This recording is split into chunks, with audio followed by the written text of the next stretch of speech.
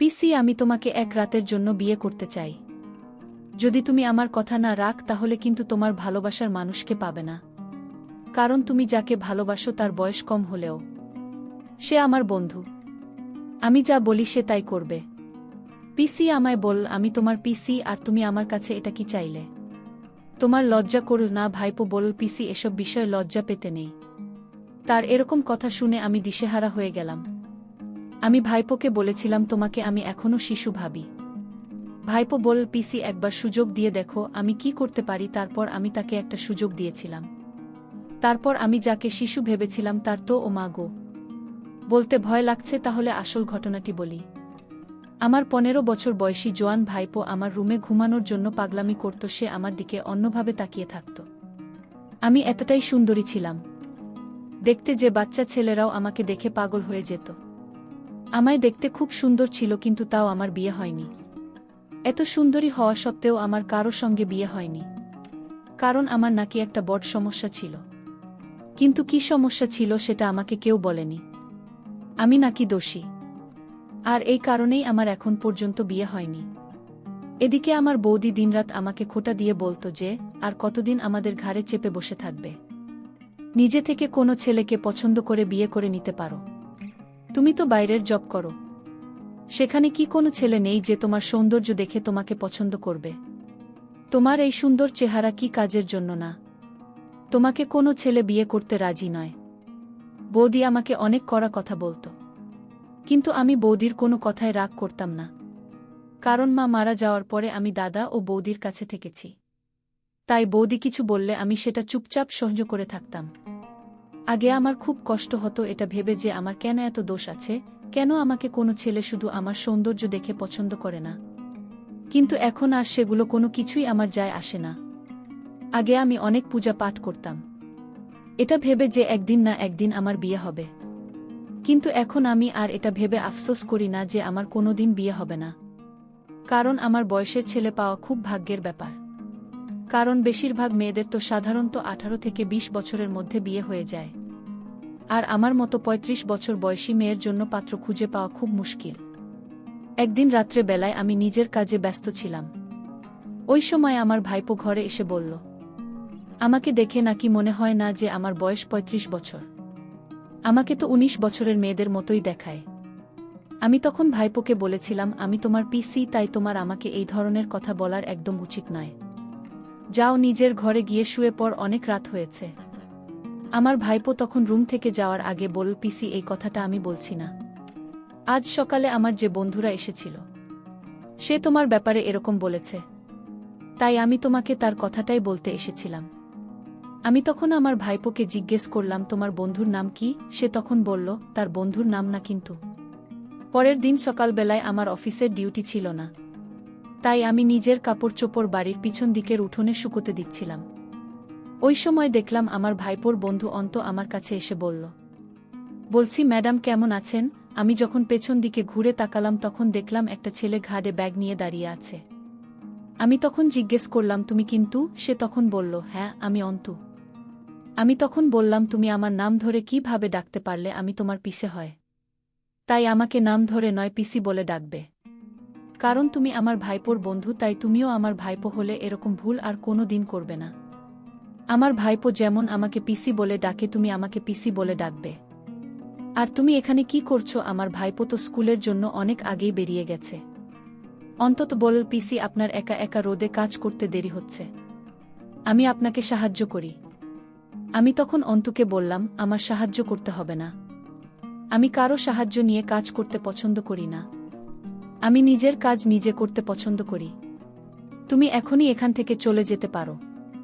তারপর সেদিন রাত্রে বেলায় আমি যখন খাওয়া দাওয়া করে নিজের ঘরে শুয়েছিলাম, তখন মনে হলো আমার পাশে যে কেউ বসে আছে। এমনকি ঘুমের ঘোরে মনে হলো আমার কাছে কেউ জেনে আসার চেষ্টা করছে। আমি চিৎকার করে উঠলাম, কারণ আমার পাশে একটা ছেলে বসেছিল এবং তার মুখটা কালো কাপড় দিয়ে ঢাকা ছিল। আমি যখন চিৎকার করে উঠলাম তখন সে দৌড়ে ঘরের ভেতর দিয়ে পালাতে শুরু করল। ওই সময় আমার ভাইপো বারান্দার ঘরে ছিল। আমার ভাইপো ওই চোরটাকে দেখে ভয়ে চিৎকার করতে শুরু করেছিল। তারপর বাড়ির বাকি সদস্যরাও যখন হাজির হয়েছিল, তখন দেখলাম আমার ভাইজির মুখটা চেপে ধরে আছে। ওই চোর! তখন আমি না পেরে ওই চোরের চুলের মুঠি ধরে বললাম, আমার ভাইজিকে ছেড়ে দে। তারপর বাড়ির বাকি সদস্যদের দেখে অনেক বেশি খাবারে গিয়ে আমার ভাইজিকে ওই চোরটা অনেক জোরে ধাক্কা দিয়ে বাড়ি থেকে পালিয়ে যায়। আমরা ওই চোরকে অনেক ধরার চেষ্টা করেছিলাম কিন্তু পারিনি, এবং তার মুখটাও দেখতে পারিনি। কিন্তু আশ্চর্যের বিষয় হচ্ছে, এই চোরটা কিন্তু আমাদের বাড়িতে কোনো কিছু চুরি করেনি। সে তো আমার একটা পোশাক নিয়ে পালিয়েছিল। এদিকে আমার ভাইপো তো ভয়ে অজ্ঞান হয়ে গেছিল যখন ওই চোর তার মুখটা অনেক জোরে চেপে ধরেছিল।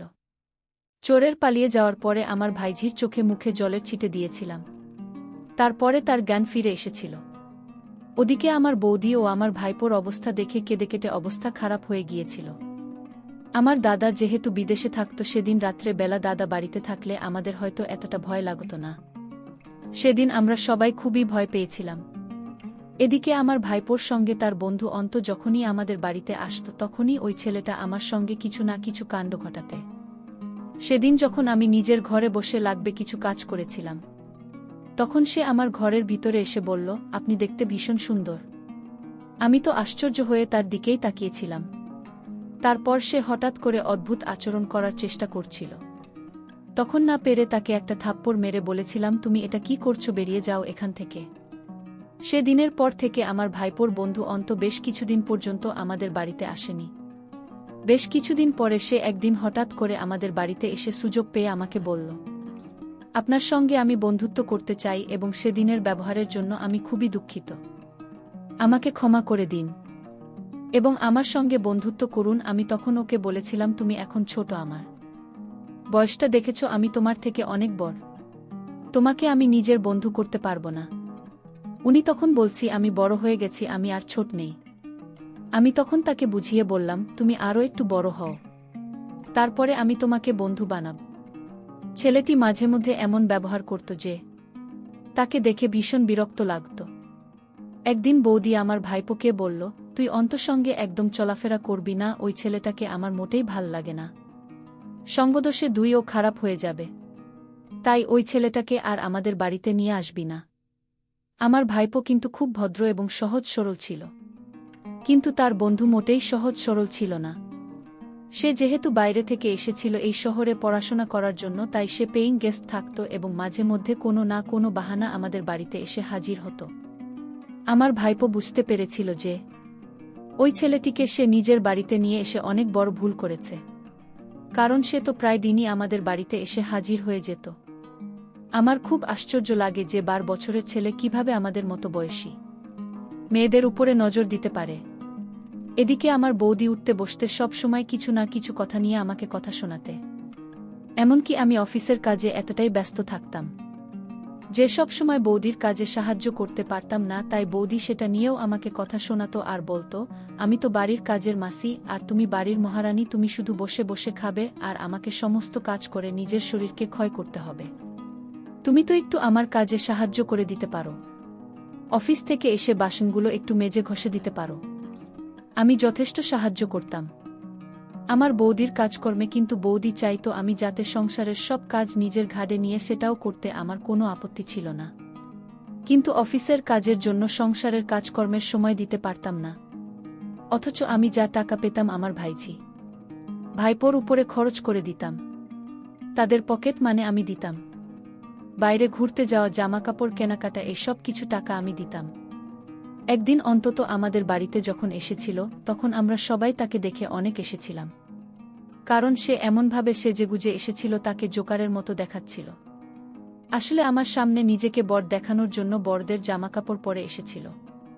আমি যেদিন তাকে বলেছিলাম যে তুমি এখন ছোট, তুমি বড় হও, তারপরে আমি তোমার সঙ্গে বন্ধুত্ব করব, সে দিনের পর থেকে ওই ছেলেটি আমার সামনে নিজেকে বড় প্রমাণিত করার জন্য উদ্ভুত কাণ্ড করত। সেদিন তার সাজ পোশাক দেখে আমরা খুব হেসেছিলাম। সেদিন অন্তত লজ্জা পেয়ে আমাদের বাড়িতে চুপচাপ চলে গিয়েছিল। এমনকি সে নিজের পার্সোনাল ডায়েরি এটাও ভুলে আমাদের বাড়িতে রেখে দিয়ে চলে গেছিল।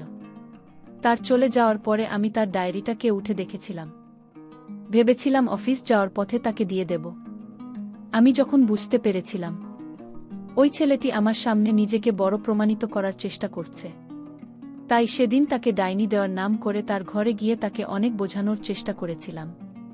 তাকে আমার সামনে বড় দেখানোর কোনো প্রয়োজন নেই। তার যদি কখনো আমার সঙ্গে মন খুলে কথা বলার ইচ্ছে করে, তাহলে সে আমাকে নিজের মনের কথা বলতে পারবে। আমি তার পিসি হওয়ার সঙ্গে সঙ্গে একজন ভালো বন্ধু হব। ওই কথা শুনে উনি খুব খুশি হয়েছিল এবং সে বলেছিল, পিসি তুমি খুব সুন্দর করে আমাকে বুঝিয়ে বললে। তোমার কথা শুনে আমার মনটা খুব হালকা হয়েছে পিসি। তুমি যদি আমার কথায় কিছু খারাপ মনে না কর, তাহলে আমি কি তোমার সঙ্গে একটা ছবি নিতে পারি? ভেবেছিলাম একটা সেলফি নিয়ে ছেলেটা যদি খুশি থাকে তাহলে তাকে একটা ছবি তুলতে দিই। আমি তো স্বপ্নেও ভাবতে পারিনি যে ওই ছেলেটির মনে আমার প্রতি এত নোংরা চিন্তাভাবনা ছিল। এবং সে যখন আমাদের বাড়িতে আসত তখন আমার দিকে ঘুরে ঘুরে তাকাত। এমনকি বাড়িতে তো আমার ভাইপো থাকত এবং সে ওজন হয়ে উঠেছিল, কিন্তু ও তো আমার ভাইজির দিকে তাকাত না। ওর নজর তো আমার দিকেই থাকত। ডায়েরিটা দিয়ে আমি যখন বাড়ি ফিরে এসেছিলাম, তখন বৌদি আমাকে বলেছিল, তোমার তো আজকে অফিস ছুটি আছে, তাহলে তুমি বাইরে কোথায় গিয়েছিলে? বাড়িতে থেকে তো আমার কাজ একটু সাহায্য করে দিতে পারো। আমি তখন মাথা নিচু করে চুপচাপ নিজের ঘরে চলে এসেছিলাম। আমি আর বৌদিকে এটা বলিনি যে আমি অন্তত ঘরে গিয়েছিলাম তার ডায়েরিটা ফেরত দিতে। পরের দিন সকালবেলা আমি যখন অফিস যাওয়ার জন্য তৈরি হয়েছিলাম, তখন বৌদি ঘরে এসে হঠাৎ করে আমার গালে একটা থাপ্পড় মেরে বলেছিল, আমাদের কি এই দিনটা দেখার বাকি ছিল? এখন এই বয়সে তুমি একটা বাচ্চা ছেলের সঙ্গে প্রেম করতে শুরু করলে। তোমার লজ্জা করে না? তুমি ওর মায়ের বয়সী। তুমি আমাদের মান সম্মান সবকিছু শেষ করে দিয়েছ। তোমার দাদা বাড়ি ফিরে আসলে বলবো তোমাকে যাতে এই বাড়ি থেকে বের করে দেওয়া হয়, না হলে তোমার জন্য আমার ছেলে মেয়েদের ভবিষ্যৎ নষ্ট হবে। বৌদির কথা শুনে আমার তো পায়ের তলা থেকে মাটি সরে যাওয়ার মতো অবস্থা হয়েছিল। সে কি বলতে চাইছিল আমি কিছুই বুঝতে পারিনি। যাই হোক, আমি আসলে নিজের অজান্তেই অন্যকে ভালোবাসতে শুরু করলাম। কিন্তু এর মধ্যে অন্তত অনেক দিন যাবত আমার সঙ্গে দেখা করে না। তারপর আমার ভাইপোকে জিজ্ঞেস করলাম, তোমার বন্ধু অন্তত এখন আর দেখি না, সে স্কুলে আসে না। ভাইপো বলল, পিসি সে আর আসবে না।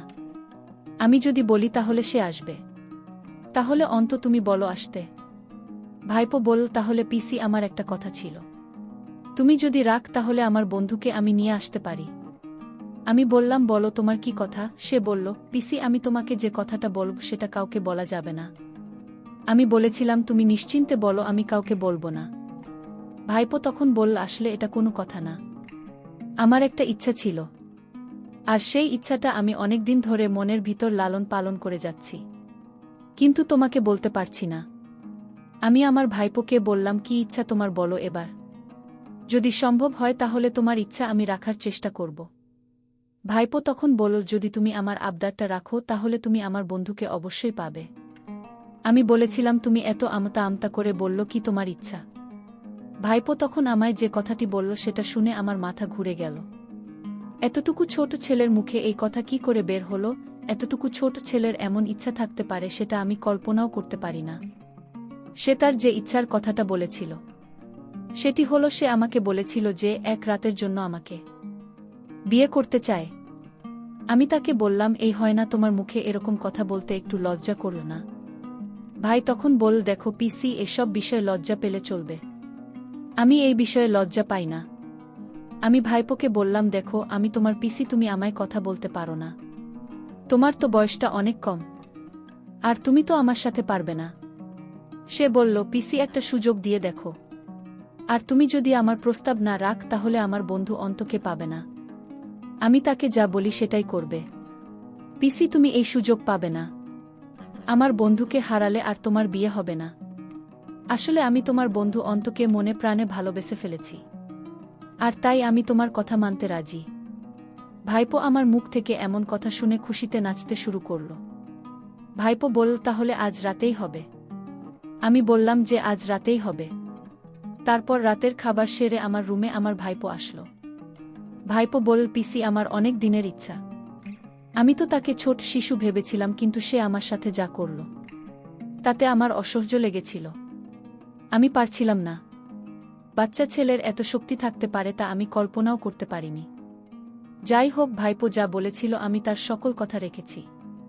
ভাইপো সকালে ঘুম থেকে উঠে অন্তত এ নিয়ে আসলো। অন্তর বাবা মা আমার সকল সমস্যা জেনে অন্তর সাথে বিয়ে দিল। এর কারণ একটাই, অন্ত তার বাবা মাকে বলেছিল সে আমাকে ছাড়া জীবনে বিয়ে করবে না। তাছাড়া আমি তো দেখতে ভীষণ সুন্দরী ছিলাম। তার মা বাবার কাছে আমি প্রিয় হয়ে উঠেছিলাম। আমরা সবসময় বাচ্চা ছেলেদের অবহেলা করি, মনে করি ওর তো বয়স কম, ও বিয়ে আর কি বুঝবে। আসলে বর্তমান যুগে দেখা গেছে 15-16 এবং কি 12 বছরের ছেলেরাও সংসার করতে পারছে। এই জন্য ছেলের বয়স কম হলেও যদি আপনার ছেলে বিয়ে করতে চায় তাহলে বিয়ে দিয়ে দিন, তা না হলে আপনার ছেলেটা নষ্ট হয়ে যেতে পারে। প্রিয় বন্ধুরা, গল্পটি ভালো লাগলে অবশ্যই কমেন্ট করে জানাবেন। আর নিয়মিত এমন আলাদা স্বাদের গল্প শুনতে ভিডিওটিতে লাইক এবং চ্যানেলটিকে সাবস্ক্রাইব করে সাথেই থাকুন।